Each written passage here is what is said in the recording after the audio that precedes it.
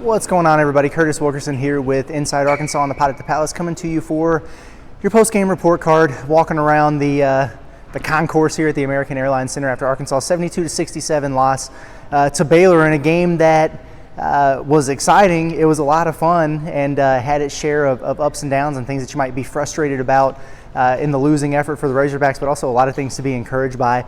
Played a top 10 team on a neutral site in your second game of the season, and you lost by 5 points. There are a lot of things that went into that, and maybe, make a couple more threes and you win that game. But that's where we're at. So Arkansas moves to 1-1 on the season, but they have now been tested. They got a lot to figure out, and they've got 4 bye games here before they go on the road to Kansas City and play Illinois on a neutral site. But let's get into our report card and see what we thought about some of these guys. And I don't have my computer or my stats in front of me, so I'm going to do my best to try to remember every single one of these guys. So I'm going to kind of try to go through the lineup and do the best that I can. We'll start at the point guard position with Boogie Flan. Man, I got to give him an A. There's some things that Boogie has to work on. The ball tends to stick with him a little bit at times, especially when you're the lead guard.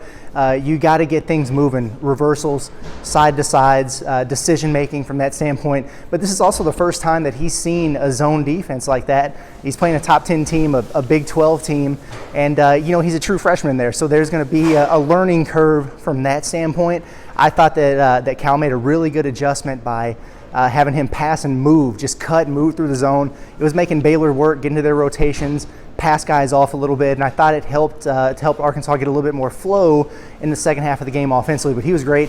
17 points in this game, hit a number of three-pointers, which you like to see because we know that he's going to be a good three-point shooter for Arkansas this year. Was basically the only one tonight on a night where they shot, 5 of 20 from 3. But man, 7 assists, 0 turnovers. That's high-level stuff from a really good freshman Arkansas point guard, Boogie Flan. DJ Wagner, let's go C plus maybe for DJ. I think he was 4 of 10 from the field in this game. Man, when he gets downhill, he does some really, really good things, getting to the rim and finishing around there. There were times where he was really sticky and stingy defensively, which you like to see. Took a really bad three or missed a three-pointer that was way off the mark at one point. But man, what he's got to cut down on is some untimely runs of turnovers. And he had that in the first half, man. Arkansas had to put forth a lot of effort to kind of fight and claw their way back into that game. They were in the danger zone. They were down double digits, fought back into that one. And then he had a couple turnovers in a row there that were really, really costly. So needs some improvement from him, needs some more consistency from him. Turnovers weren't an issue for DJ Wagner, really, when he was at Kentucky. So you'd like to see him as kind of, one of your veteran pieces in the backcourt, get going. And he doesn't have to be the Kansas version of DJ Wagner, but maybe a little bit better than he's been in the last couple games. So room for improvement there with him. John L. Davis, wasn't his night. I'm going to go, C minus, D plus maybe, because I just have really high expectations for him. Again, it's not a player by player comparison. It's kind of how I rate these guys on a gamely basis based on matchups and just what I expect from them, what we've seen from them. When you're playing the best teams, the best games, you need your best players to perform, and you didn't necessarily have that from John L. Davis tonight. The three ball is not falling right now. Maybe he's still favoring that wrist some, and he's got to continue to rehab and get his grip strength, his wrist strength back up. When you have a situation like that, it impacts a lot. Suddenly you got to put more legs into your shot, a little bit more power into your shot, and then you get back to feeling normal, and all of a sudden your mechanics are just kind of thrown off. So need him to be able to start making some threes. He's set for long stretches. I know he had a little bit of foul trouble in the first half, but then wasn't as impactful in other areas as he has been when the shots aren't falling. So maybe not as much from him on the defensive end of the floor in terms of being disruptive. I like some of the things they did in the second half of getting him touches against that zone, in the short corner around the paint. And he's a big, strong guy, and he's crafty in there. So he was able to get to the free throw line, knock some things down. So from that standpoint, good. Adut Thiero, A. I mean, he was phenomenal. Once again, he looked like an absolute pro out there. For the folks who didn't get to see that TCU exhibition game, you couldn't catch Pinto's stream or you weren't there live, that is kind of exactly what we saw from him in that game. He would look like the best player on the floor. He's so explosive and dynamic on both ends. And man, when he had that huge dunk late in the game that cut it to 2 or 3, and then he went down with the cramp, and we were screaming, get that man some mustard, some pickle juice, something. You got to have him out there. You can't take him off of the floor. Just like when Baylor didn't have Norchad Omier on the floor, they look like a different team. When Arkansas doesn't have Adut Thiero on the floor, They look like a different team right now. He was knocking down jumpers, getting to the basket, playing above the rim, impacting things above the rim on both ends of the floor. He was really good defensively, phenomenal. Was just really, really impressed with the dude Thiero in this game. And so if you can get that from him, maybe on a consistent basis, man, you got an All-American type guy. If you can get it from him, once every 2 games, then all of a sudden you have an All-SEC guy. So that's how good I thought he was in this one. Center spot to start tonight was Big Z. That's a tough one, man. We'll go, I don't know, D minus for Big Z. Wasn't his best, and honestly, if you listen to the pregame preview that we put out, I guess that went out earlier Saturday morning. This was not going to be a good matchup for Big Z. Baylor's a little bit undersized, and so when they play their role player center that they have, that's a matchup that he can deal with. But a lot of times they go small, and they have North Shadow Amir playing the 5. Not a good matchup for Big Z. The further away he gets pulled from the rim defensively, the less effective he is. And you saw a couple times he winds up, switched onto none, in ball screens, and he gives up a couple threes. They should have been feeding him, I thought, more early in the game in the middle of that zone, because there's wide open spaces in there for one, and then 2, you're in a situation where he's 7'2", and the tallest guy on the floor for the opposing team's like 6'6", 6'7", and you get it in there to him, and it's a turnover. Just a tough matchup for him. When Arkansas really made their run there late in the second half, they had to sub Trevin Brazile out.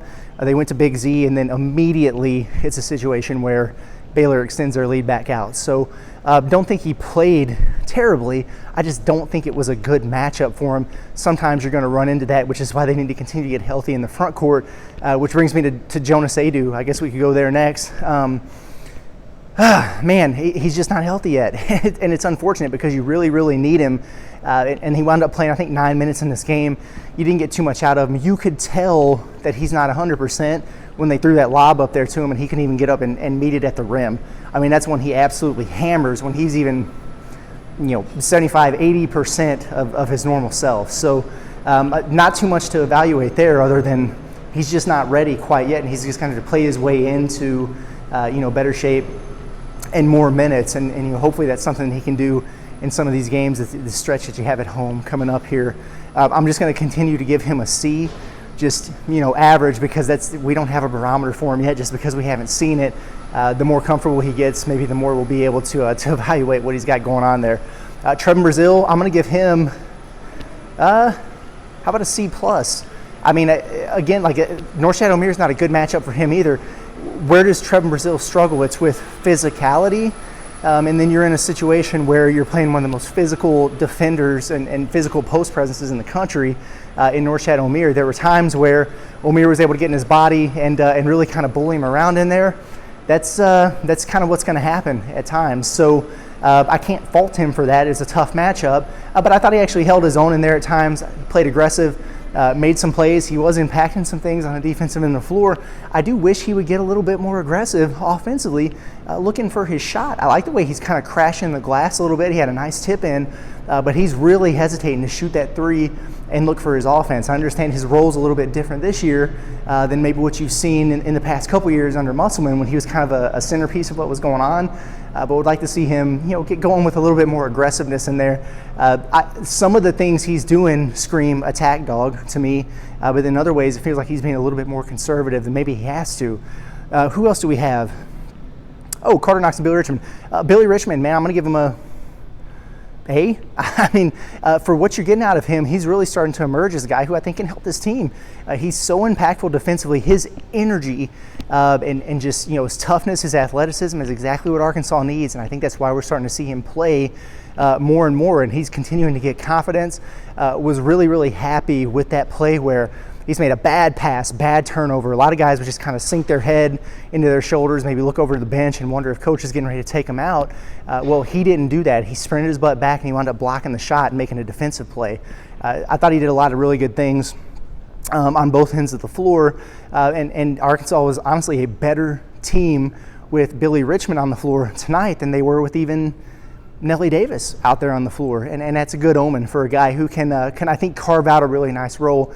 He's never going to be your go-to guy, but he can be a solid glue guy, an energy player, a hustle guy who gets those kind of points, makes those impacts defensively and on the glass. And then finally, you know, Carter Knox,